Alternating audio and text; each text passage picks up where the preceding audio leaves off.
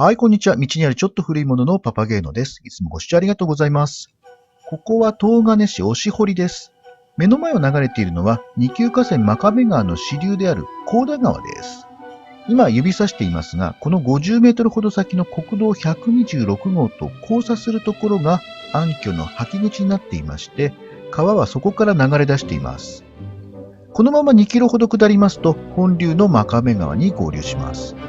途中いい雰囲気の農村風景が見られるプチおすすめスポットもありますよ。今回はこの甲田川の様子を眺めながら、ゆるゆるとポタリングした時の様子をお伝えしていきます。よかったら最後までお付き合いくださいませ。ということでスタートして最初の橋を渡ります。渡らなくてもよかったのですが、看板を見ようと思いました。この看板、ちょっと画面では見にくいかと思いますが、この道は農道なので農作業中は一般車両は通行を遠慮してくれというようなことが書いてありました。いや、周囲の現状を見る限りそんなことを言われたら家に閉じ込められる人が続出しますね。ここら辺は完全な車社会で車なしだと生活が成り立ちません。もっともこの様子なら農作業をする農地も残っていないので遠慮しなければならない心配もなさそうですけどね。ということで次の橋まで来ました。これは席とセットになっていますね。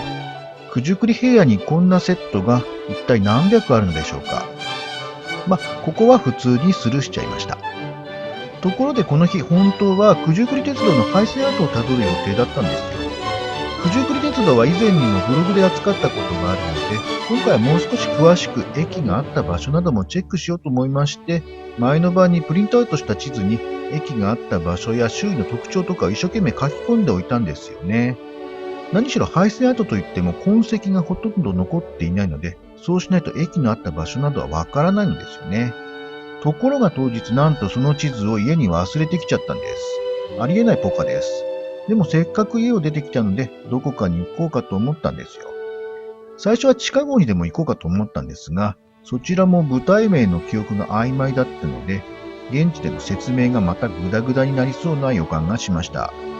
編集やナレーションを入れてごまかすのも面倒なので、他に何かなかったかなと考えたら、この川のことを思い出したというわけです。ただ、撮ってきた動画を見返してみたところ、風切り音がひどくて、結局こちらも別撮りのナレーションをつける羽目になってしまいましたけどね。また席とセットの橋の登場です。ここは川を覗き込んだりしていますね。周囲の風景も農村っぽくなってきて、パパゲーノさんどうやらだんだん気分が盛り上がってきているようです。うろうろしているのは、左岸と右岸どっちの方が楽そうか見ているんですね。どっちも大差なさそうだったのですが、結局右岸を進んでいます。実は僕がこの甲田川の存在を知ったのも九十九里鉄道がきっかけです。最初に九十九里鉄道をたどってみようと思い立った時なんですが、東金駅から出発してすぐにお腹が空いていることに気がつきました。そこで1キロほど離れた牛丼屋に寄り道することにしました。で、食事を済ませてから戻ろうとしたのですが、ここでやらかしました。ご存知の方もいると思いますが、九十九里鉄道の廃線跡は東金市街からしばらく水路のすぐ隣を通っています。僕は牛丼屋から200メートルほど戻ったところでこの甲田川に行き当たりました。牛丼を食べに1キロ走ったので1キロ戻らなければならないのに、そんなことをすっかり忘れていまして、この川を見た途端にここが廃線跡だと勘違いしちゃったんですよ。ありえない錯誤です。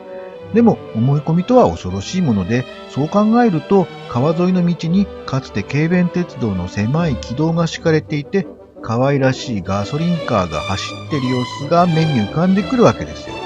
完全に妄想ですけどね。結局本流の真壁川まで出たところで続きがわからなくなり、というかそもそも続きなんて存在しないわけですけどね。それで諦めて引き返したのですが、家に帰ってから間違いに気がつきました。またまた席付きの橋ですね。ここもくるりんぱと左岸側と右岸側をチェックして右岸側を選びました。さすがにここは右岸側の一択ですね。左岸側を進むと道が不明瞭になります。この付近は再び集落になっていますが、これはすぐに途切れます。そしてこの先が僕的にこの甲田川で最もおすすめのエリアです。ダートからあぜ道に入ります。あぜ道もダートですけどね。で、正面を見ると高田川が緩やかに左に蛇行しているのがわかります。60年前、この築堤の上に機関762ミリの軌道が敷かれ、ガソリンカーが2両の客車を引いていたんですよ。なんて言えば、事前の知識がなければ信じちゃうと思いませんか？当時の雰囲気がよく残っていますね。とか、軽便鉄道乗りたかった。とか、バラストが残ってる。なんてコメントもいただけそうな気がします。やってみようかな。嘘です。冗談はともかく、この先に素晴らしくいい雰囲気を持つコンクリート製の桁橋が3本あります。さて、おすすめの橋、まず1本目ですが、昭和38年3月に竣工した川場橋です。この名前は、この付近が東金市川場だからなのでしょうね。一目で気づく特徴は、辺垣が橋桁の真ん中に収まっているということです。これはちょっと珍しいと思います。このようなスタイル、茂原市内で見たことがあります。西谷川っていうのかな。東西南北の西に谷と書く名前の一宮川水系の巡洋河川があるのですが、そこにかかる一連の橋梁群で見たことがあります。それから同じく茂原市内で両層用水にかかる橋でも見たことがあります。しかし他ではあまり見た記憶がありませんね。次の橋は100メートルほど下流にあります。もう堰が見えていますね。また堰とセットの橋かと思われるかもしれませんが、ちょっと違います。このようにね、高田川に流れ込んでいる支流といいますか、水路にかかっている橋です。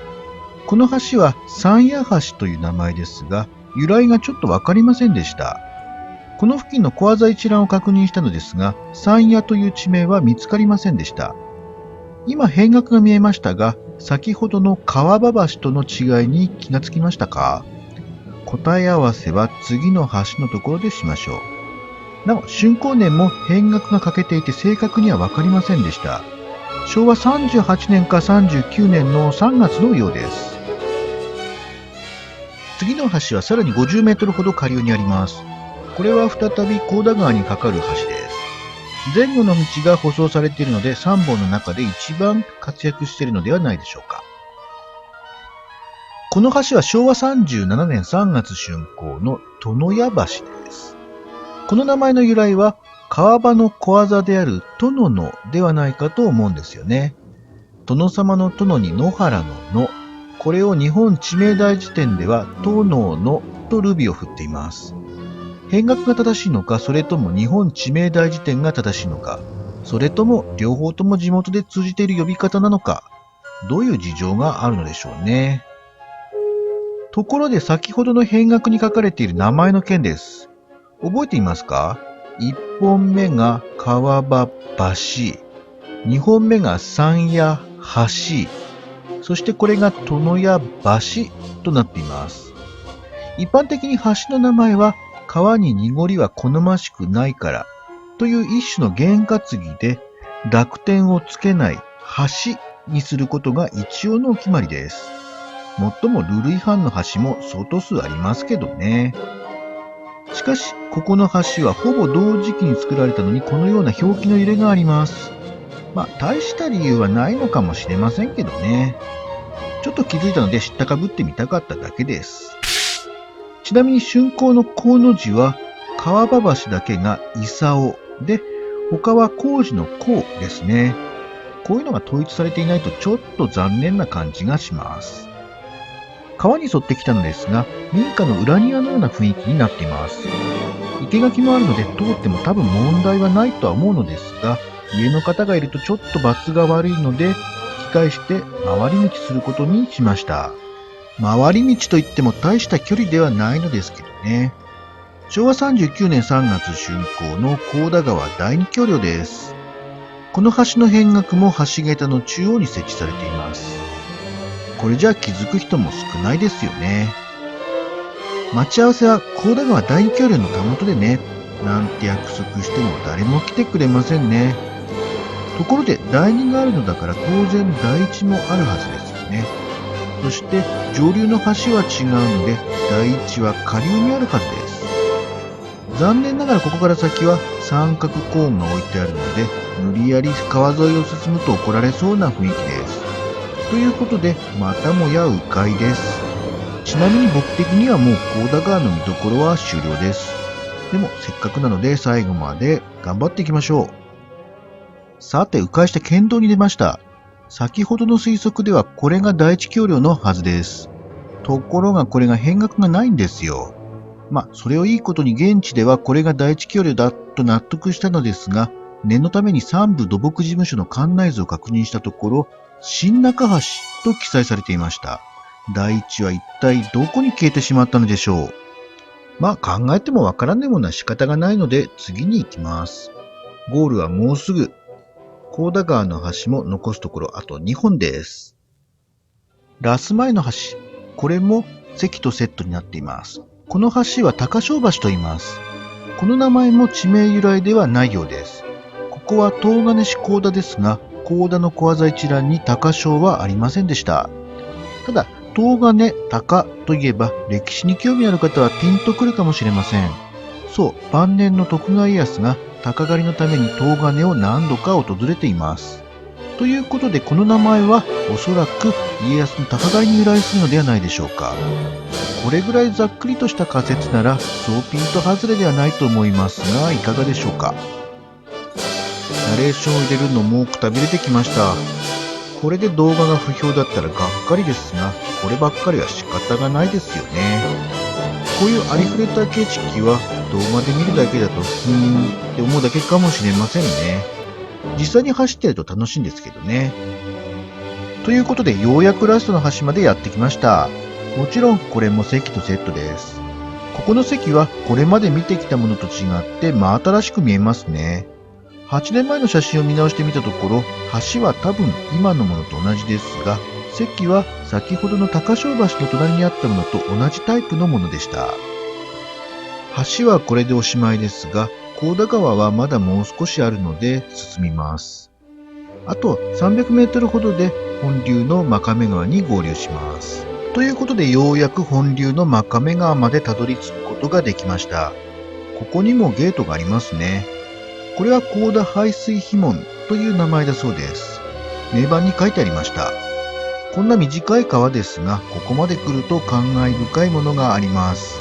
というか、こんなにナレーションで苦労する予定ではありませんでした。ちゃちゃっとカットして一丁上がりの予定だったんですよ。これで終わりにしてもよかったのですが、近くに真亀川の関が見えました。ということで、あそこまで行ってエンディングということにしたいと思います。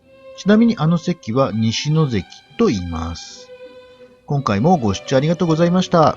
この動画まあまあだなと思ったら高評価ボタン、クソだなと思ったら低評価ボタンを押してやってください。チャンネル登録もしてもらえたら幸いです。それではまたお会いしましょう。さようなら。写真撮りながら帰ってきたらね、川場橋の近くにもう一つ可愛らしい橋があるのを見つけました。見つけたっていうか気づいたっていうか、お、ちゃんと名前ついてる。押堀川橋って読むのかなってことは、昭和38年3月竣工。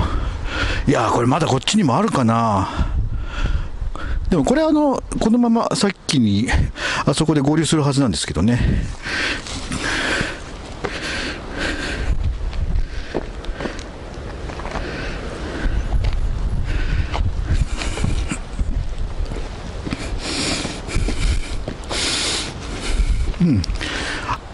ということでした。それでは。